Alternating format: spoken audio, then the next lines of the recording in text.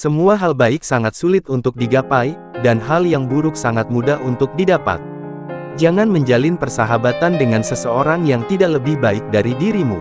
Jika kita tidak mengerti tentang kehidupan, bagaimana bisa kita mengerti tentang kematian?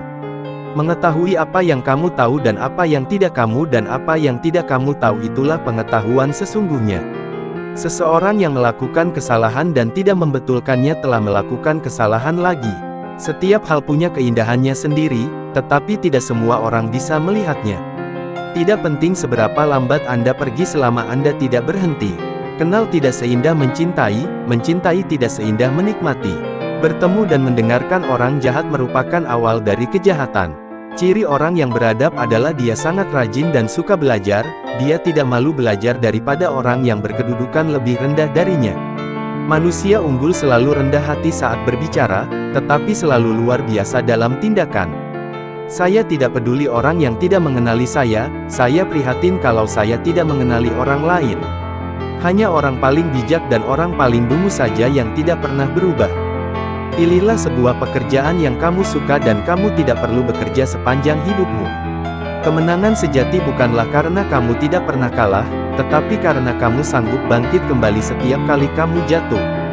Sebuah rencana yang hebat dapat gagal hanya karena kurangnya kesabaran. Orang bijak tidak bimbang, orang bercinta kasih tidak cemas dan seorang pemberani tidaklah merasa takut.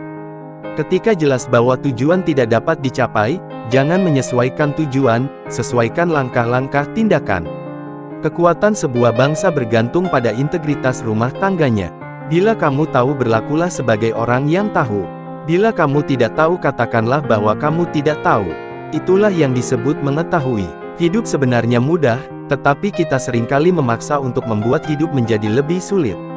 Bila melihat seorang yang bijaksana, berusahalah menyamainya, dan bila melihat seorang yang tidak bijaksana, periksalah dirimu sendiri. Disalahkan atau dirugikan bukanlah apa-apa kecuali kamu mengingatnya terus-menerus. Kalau kamu melihat seorang berbudi luhur, berusahalah menyamai kebaikannya, dan kalau kamu bertemu dengan seorang berbudi rendah, periksalah dirimu sendiri. Kerendahan hati adalah dasar yang kuat dari semua kebaikan. Hargailah diri Anda sendiri, maka orang lain pun akan menghargai Anda.